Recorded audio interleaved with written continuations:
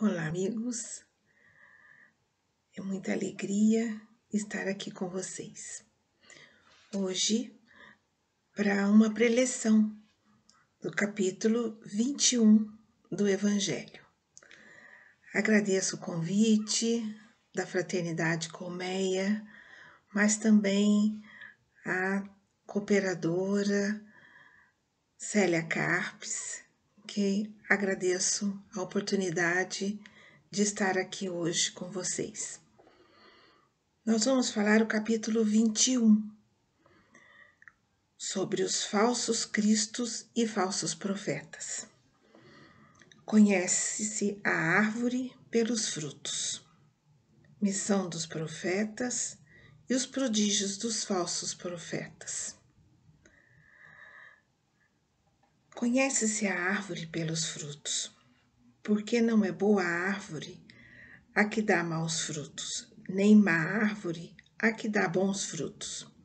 Porquanto cada árvore é conhecida pelo seu fruto, porque nem os homens colhem figos dos espinheiros, nem dos abrolhos vindimam uvas. O homem bom, do bom tesouro, do seu coração tira o bem, e o homem mau, do mau tesouro tira o mal. Porque do que está cheio o coração, disso é que fala a boca. Está em Lucas 6, 43 a 45. É importante conhecer os frutos e a árvore. Não é difícil o entendimento, não é verdade? Do que nos mostra Lucas nessas palavras. A árvore boa dá bons frutos e uma árvore má dá maus frutos. Mas, muitas vezes, temos que pôr muita atenção sobre isso. Este parágrafo, parágrafo 1, nos chama a atenção para colocarmos atenção. Porque muitas vezes a gente lembra da goiabeira, que às vezes tem uma goiaba tão bonita, e pegamos a goiaba e ela está cheia de bichos, cheia de larvas. Então é isso, que a gente não se deixar também levar pelas aparências, mas observar bem os frutos, mas observar também a árvore, né? Que normalmente uma árvore saudável, com todas as condições saudáveis, terá frutos saudáveis. Então, isso que nós temos que levar em consideração. Mas no parágrafo 2 nos diz: guardai-vos dos falsos profetas, que vêm a vós com vestidos de ovelhas e por dentro são lobos roubadores. Pelos seus frutos os conhecereis. Porventura os homens colhem uvas dos espinheiros ou figos dos abrolhos?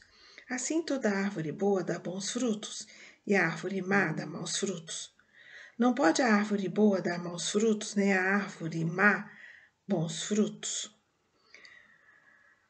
Toda árvore que não dá bons frutos será cortada e lançada ao fogo. Assim, pois, pelos seus frutos os conhecereis. Esse está em Mateus, também falando sobre os frutos e sobre as árvores. Porém, ele nos chama a atenção sobre os falsos profetas. Mas quem seriam os profetas? Quem seriam? Na antiguidade, atribuía-se a palavra profetas àqueles que tinham o dom de revelar o futuro. A palavra profeta começou a ser usada para Samuel, no Antigo Testamento, o profeta Samuel. Antes de Samuel, todos os outros profetas que vieram anteriores a ele, por exemplo, Amós, Ezequiel, Miqueias, Araão, mesmo uma mulher, Débora, uma profetisa, né? Josué, Barnabé. Então, todos esses profetas, que hoje nós chamamos de profetas na Bíblia, mas eles eram chamados de videntes, passam a ser conhecidos como profetas a partir de Samuel.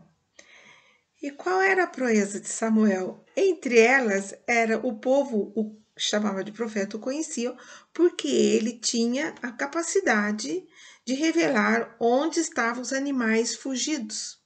Os animais que fugiam do bando, ele sabia onde estavam os animais. E o povo, por isso, ele era muito conhecido e passa a chamá-lo também de profeta. Após Samuel vieram muitos profetas. Moisés, Jeremias, Ezequiel, Daniel, Natã, né? Mas o profeta mais citado na Bíblia é Elias. E o profeta que anunciou o nascimento de Jesus foi Isaías. Quando ele fala sobre Emmanuel, quando ele cita essa palavra que significa que conosco está Deus. Então, ele já tinha nascido. Mas todos eles tinham esse potencial de faculdades mediúnicas, principalmente a clarividência. Mas qual seria a missão deles? Muitos faziam predição, mas outros não. Num sentido, eles davam muitas vezes, a missão deles era instruir os homens sobre as coisas ocultas. Então eles revelavam coisas ocultas sobre o mistério da vida espiritual. Então, mesmo para aquela época, o profeta, ele pode então, portanto, profetizar, falar as instruções sobre o espiritual, porém sem fazer predições, sem fazer revelações. E essa era a ideia para eles, para a época. Mas houve profetas que eles previam o futuro, eles tinham muita intuição, eles tinham muitas revelações e revelação providencial. E eles, para advertirem os homens, então eles davam uma orientação aos homens sobre a vida material e sobre a vida espiritual. Mas, muitas vezes, eles faziam as revelações. Então, essas eram as qualidades dos profetas. E respondendo no parágrafo 3, Jesus lhe disse: Vede, não vos engane alguém, porque virão muitos em meu nome, dizendo eu sou o Cristo, e enganarão a muitos. E levantar-se-ão muitos falsos profetas, e enganarão a muitos. E porquanto multiplicar-se-á a iniquidade, se resfriará a caridade de muitos. Mas o que perseverar até o fim, este será salvo. Então, se alguém vos disser, olhai aqui está o Cristo, ou ei-lo acolá, não lhe deis crédito, porque se levantarão falsos cristos e falsos profetas, que farão grandes prodígios e maravilhas tais, que se fora possível até os escolhidos se enganariam.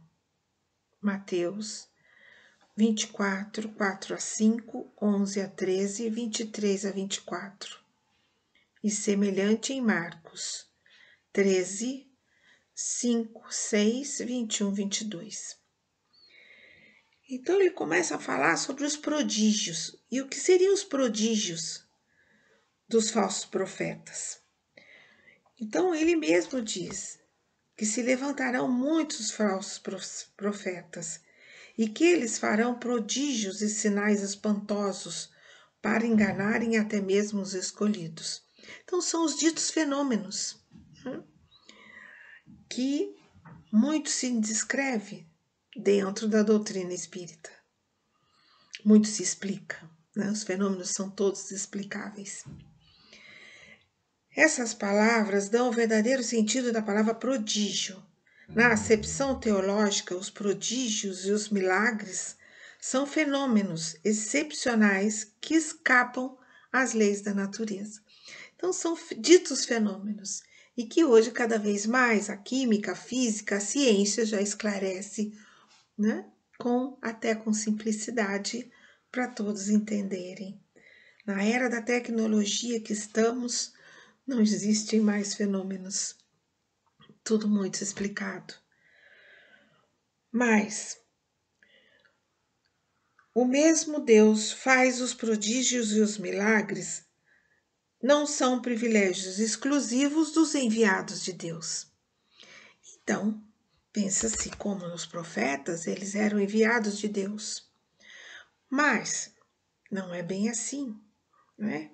Sabemos que esses milagres não são exclusivos dos enviados de Deus. E por isso nada provam, desde que nada distingue os milagres dos santos dos milagres dos demônios. É, pois, necessário buscarmos um sentido mais racional para aquelas palavras. Então, hoje nós buscamos a razão, a nossa fé pela razão. E aí nós vamos entender, e já temos entendimento dos fenômenos, né, ditos prodígios. Mas, para os olhos do povo, para os olhos daqueles que ainda não têm o esclarecimento, todo fenômeno cuja causa é desconhecida passa por sobrenatural, passa por maravilhoso, por miraculoso. Conhecida a causa, reconhece-se então o fenômeno. Por mais extraordinário que pareça, não é mais do que uma aplicação de uma determinada lei da natureza. Então, o Evangelho já diz isso, né? Que já são situações da lei da natureza, é a aplicação da lei da natureza. E então, à medida que se tem conhecimento, os ditos fenômenos sobrenaturais vão se extinguindo, se extinguem. E à medida que amplia-se a lei da ciência, então, vai se explicando. E hoje já temos todas as explicações. Essas explicações nós também já recebemos no livro da codificação O Céu e o Inferno. O Céu e o Inferno, Le Ciel et l'Enfer, foi publicado em Paris em 1º de agosto de 1865. Então, antes que a ciência pudesse explicar tudo, o livro da codificação O Céu e o Inferno já tem explicações sobre os ditos milagres de Jesus. Explicam todos os fenômenos, como eles aconteceram. Como Kardec diz, se você não quiser seguir os livros da codificação e quiser ficar com a ciência, fique, porque a ciência chegaria lá. Palavras de Kardec, né? Não está ao pé da letra, mas é esse o entendimento. E a ciência hoje, para quem ficou com a ciência hoje já explica. E está lá no livro Céu e Inferno. Mas, então, a difusão dos conhecimentos vem, então, desacreditá-los, esses fenômenos todos, de maneira que o seu número diminui à medida que os homens se esclarecem. E isso é que é importante. Mas como se vai se reconhecer um verdadeiro profeta? O verdadeiro profeta se reconhece por características mais sérias, exclusivamente de ordem moral, não por fenômenos. Mas também no parágrafo 6, nos diz o seguinte: não acrediteis em todos os espíritos. Assim como temos pessoas mentirosas, os falsos profetas aqui encarnados, também existem aqueles desencarnados, ditos os espíritos.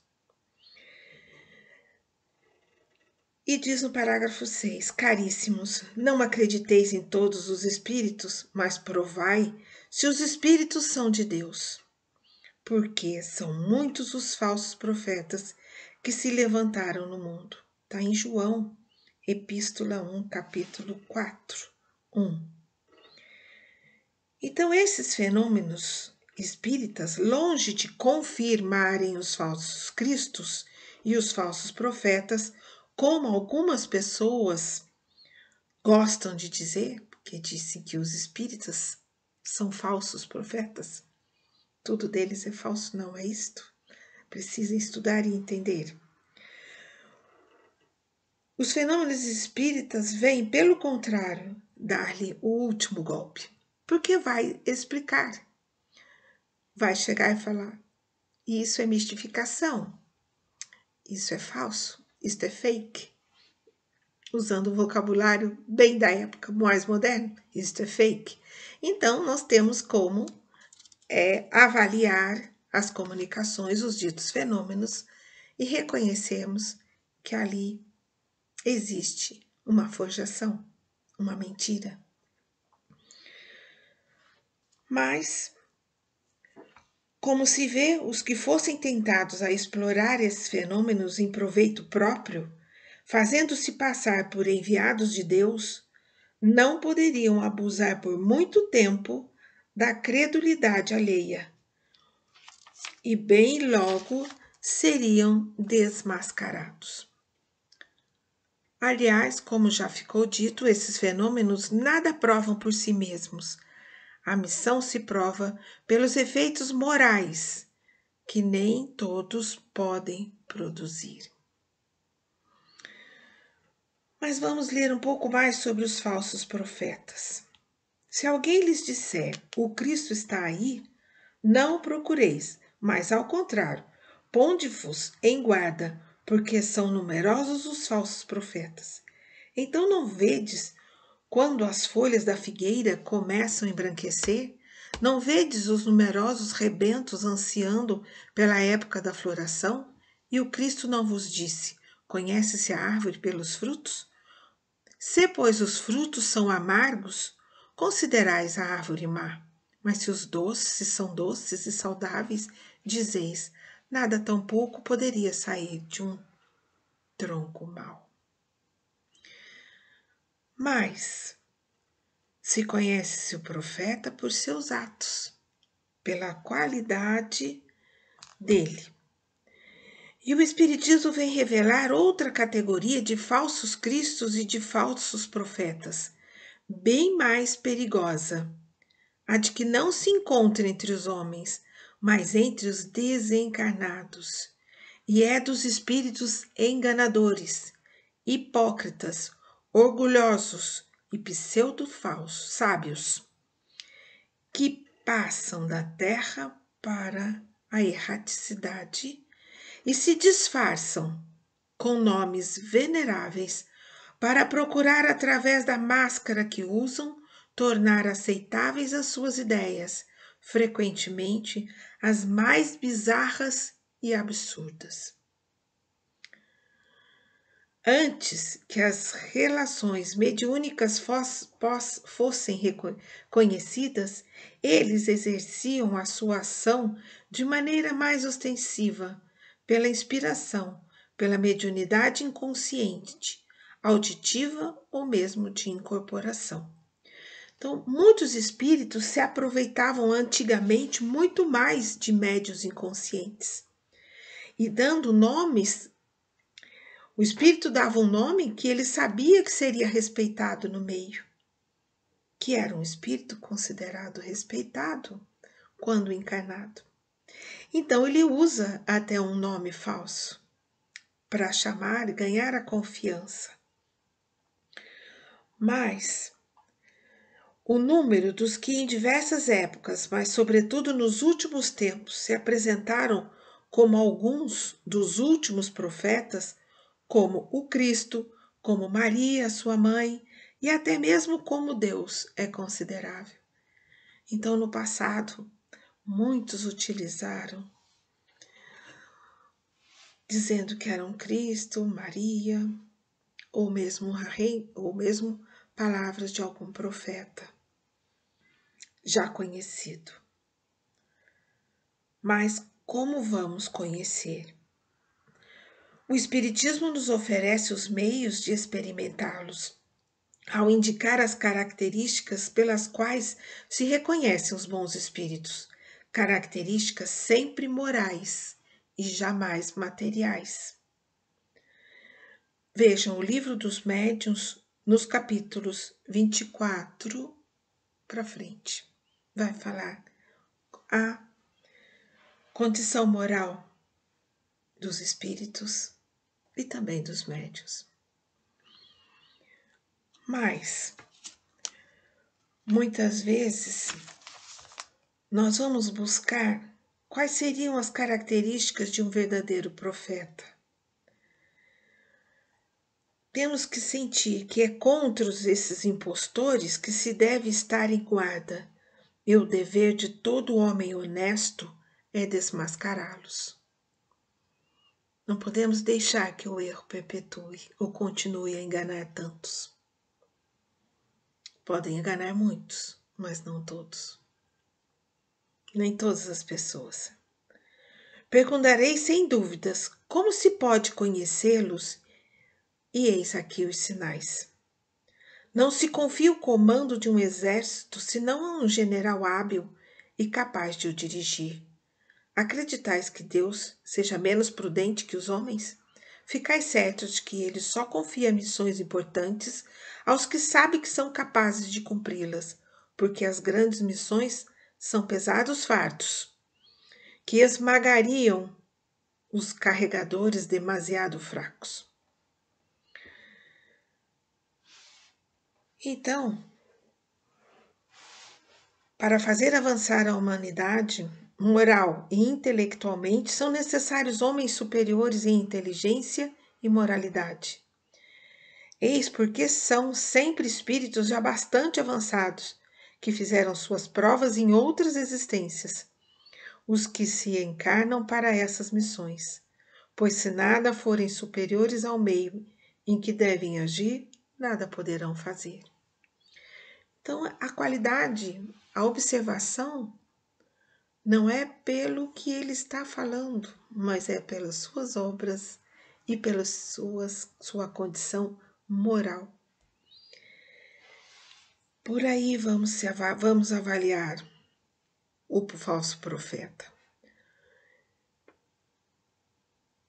E numa palavra, os verdadeiros profetas se revelam pelos seus atos e são descobertos pelos outros, enquanto os falsos profetas se apresentam por si mesmos como enviados de Deus. Os primeiros são humildes e modestos, os segundos, orgulhosos e cheios de si, falam com arrogância e, como todos os mentirosos, parecem sempre receosos de não serem aceitos. Que conflito interno! Eles próprios não têm paz. E uma hora são desmascarados e devem ser desmascarados. Mas sabemos que os falsos profetas, os que estão na erraticidade, são espíritos orgulhosos que, fingindo muitas vezes amor e caridade, semeiam a desunião e retardam o trabalho de emancipação da humanidade, ou seja, de esclarecimento, de fortalecimento, de conhecimento e de estudo, para que cada um melhore a si. Então, esses falsos profetas, eles agem com desunião e prejudicando, então, a evolução de cada um. Impingindo-lhe os seus sistemas absurdos através dos médiuns que o servem. Então, existem médiuns que servem a esses espíritos. Esses falsos profetas, para melhor fascinar os que desejam enganar e para dar maior importância às suas teorias, disfarçam-se inescrupulosamente com nomes que os homens só pronunciam com respeito. Quantas mensagens temos recebido ultimamente? Quantas comunicações? assinando nomes que consideramos de respeito. Precisamos muita atenção nesses momentos em que estamos passando. Pois bem, passai os seus sistemas pelo crivo da razão e do bom senso, e vereis o que restará. Então concordareis comigo em que sempre que um espírito indicar como remédio para os males da humanidade, ou como meios de realizar a sua transformação, medidas utópicas, impraticáveis, pueris e ridículas, ou quando formula um sistema contraditado pelas mais corriqueiras noções científicas, só pode ser um espírito ignorante e mentiroso. Então, muito cuidado com as orientações e os aconselhamentos que se recebem de alguns espíritos, de alguma comunicação de médiuns que estão sendo usados por espíritos mentirosos e que enganam. Repele impiedosamente todos esses espíritos que se manifestam como conselheiros exclusivos, pregando a divisão e o isolamento, não permitindo que as pessoas cheguem para as aulas, para as reuniões de esclarecimento, de conhecimento e de aprendizado. São quase sempre espíritos vaidosos e medíocres, que tentam impor-se às pessoas fracas e crédulas, prodigalizando-lhes louvores exagerados a fim de fasciná-las e dominá-las. São geralmente espíritos sedentos de poder, que, tendo sido déspotas no lar ou na vida pública, quando vivos, ainda querem vítimas para tiranizar depois da morte. Em geral, portanto, desconfiai das comunicações que se caracterizam pelo misticismo e a extravagância, ou que prescrevem cerimônias e práticas estranhas. Há sempre, nesses casos, um motivo legítimo de desconfiança. Lembrai-vos ainda de que, quando uma verdade deve ser revelada à humanidade, ela é comunicada, por assim dizer, instantaneamente a todos os grupos sérios, que possuem médiums sérios, e não a este ou aquele. Então, quando a mensagem tem que chegar para a humanidade, ela vai em vários pontos ao mesmo tempo, porque ela tem que ser de rápida difusão para todos. A mensagem, a verdade tem que chegar para todos, e não só num pequeno grupo. Porém, ninguém é médium perfeito. Se estiver obsedado, e há obsessão evidente quando um médium só recebe comunicação de um determinado espírito, por mais elevado que este pretenda ser. Em consequência, todo médium e todo grupo que se julguem privilegiados em virtudes de comunicação que só eles podem receber e que, além disso, as sujeitam às práticas supersticiosas, encontram-se indubitavelmente sob uma obsessão bem caracterizada. Então, não é só a obsessão de um médium, mas às vezes a obsessão do grupo inteiro, da casa toda, né? Que se envaidece com a comunicação de um espírito e coloca uma situação para um grande grupo. Sobretudo, quando o espírito dominante se vangloria de um nome que todos os espíritos encarnados devemos honrar e respeitar, não deixando que seja comprometido a todo instante. É incontestável que, submetendo-se ao cadinho da razão e da lógica, todas as observações sobre os espíritos e todas as suas comunicações será fácil rejeitar o absurdo e o erro. Temos que avaliar, mas para avaliar temos que conhecer e estudar. Temos que estar numa frequência de amor e paz para reconhecer os que estão em conflito, os mentirosos, né? Mas uma mãe sabe, quando o filho também, né? Quando o filho chega com uma mentirinha, uma coisa como uma criança, é como uma criança, a gente olha e fala, isto não é verdade. Logo percebemos. Então, temos que ver isto, que algo estranho acontece, então já podemos sentir que ali pode ter uma mentira, uma forjação.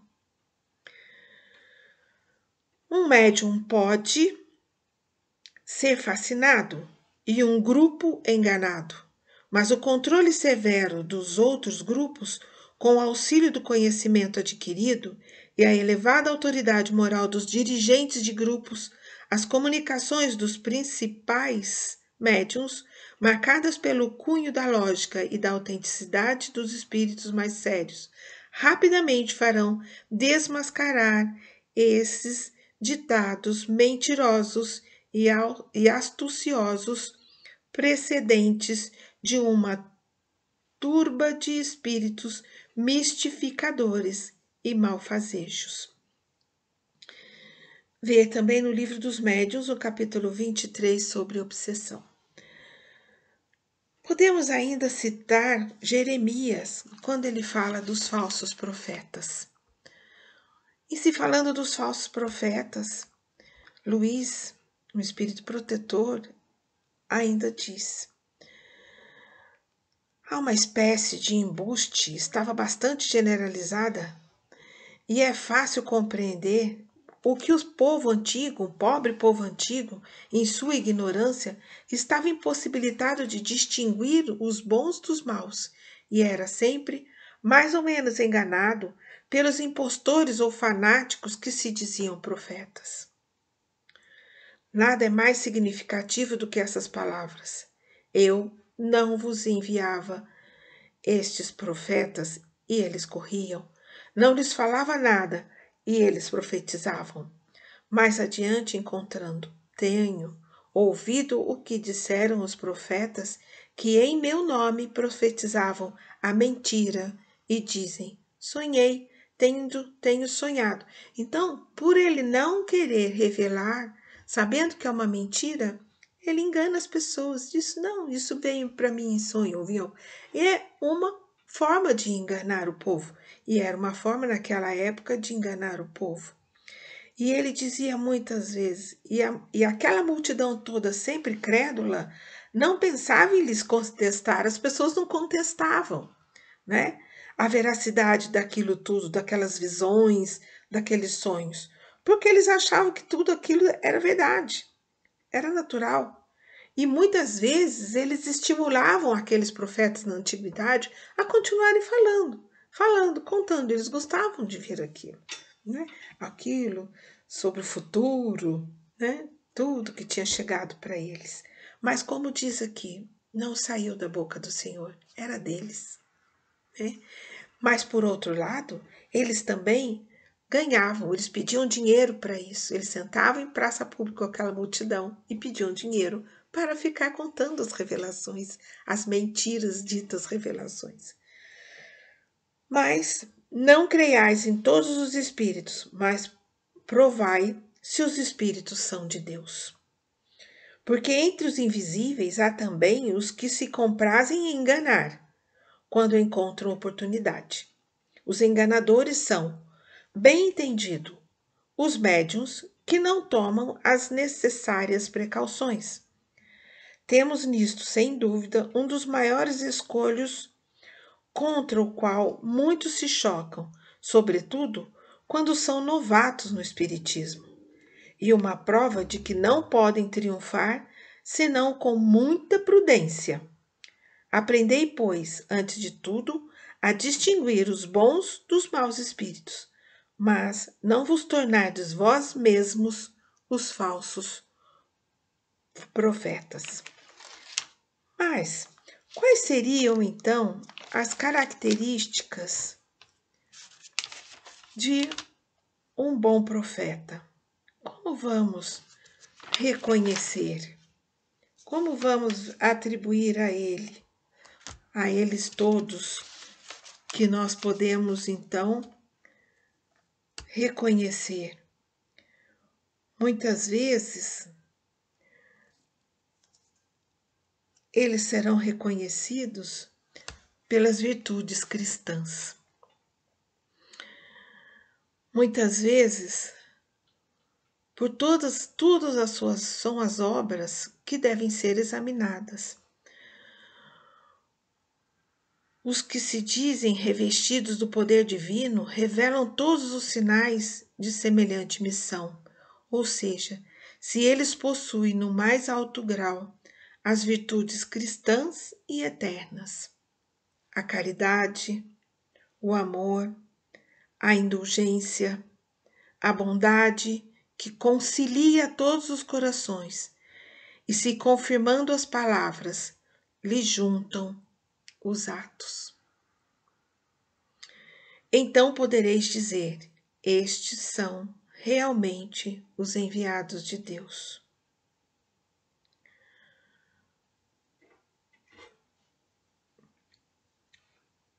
Muitas vezes,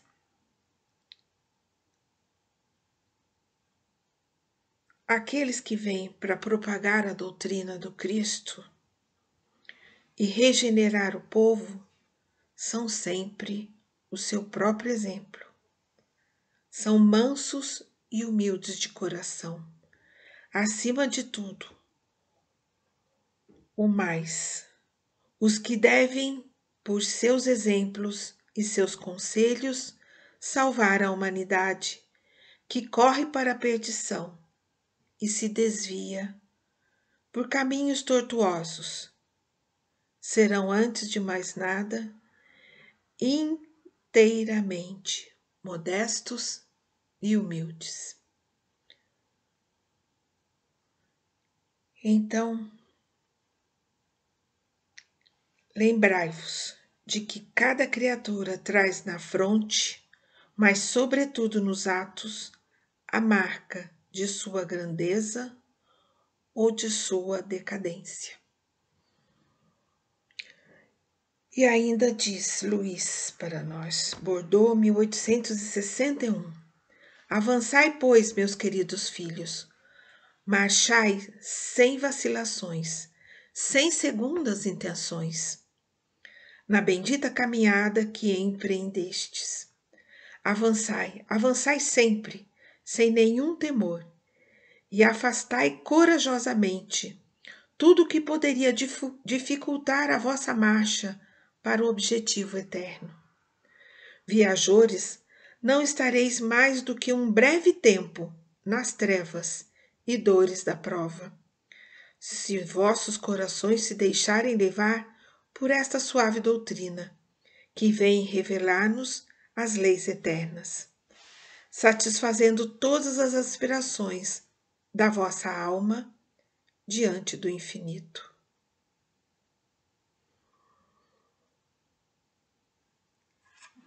Então, com isso, amigos, nós vamos sentindo o nosso compromisso na doutrina, de manifestarmos, de sermos exemplos dos ensinamentos do Cristo, do nosso Mestre. Quantos espíritos vêm nos orientando no Evangelho, em todos os livros da codificação, nos dizendo claramente o caminho a seguir, o Evangelho do Cristo. Ainda diz para reforçarmos as virtudes cristãs e eternas, a caridade, o amor, a indulgência, a bondade. Que o nosso coração esteja sempre revelando nosso Mestre Jesus. Vamos agora a uma prece para encerrarmos. Pai nosso, que estais no céu, santificado seja o vosso nome. Venha a nós o vosso reino, seja feita a vossa vontade, assim na terra como no céu. O pão nosso de cada dia nos dai hoje. Perdoai as nossas ofensas, assim como nós perdoamos a quem nos tem ofendido. Não nos deixeis cair em tentação, mas livrai-nos de todo o mal. E assim, agradecemos a Deus a oportunidade de estarmos juntos para a leitura do Evangelho, para esta preleção, pedindo ao Pai que sempre, clareando o nosso caminho, misericórdia para tudo aquilo que ainda não entendemos, que ainda não temos capacidade de entendimento, mas que toque o nosso coração para sentirmos sempre a presença dos amigos, veneráveis amigos mensageiros de Jesus, que estão sempre a nos amparar, a nos fortalecer para que possamos cumprir a nossa missão nessa existência. Graças a Deus. Obrigada. Graças a Deus.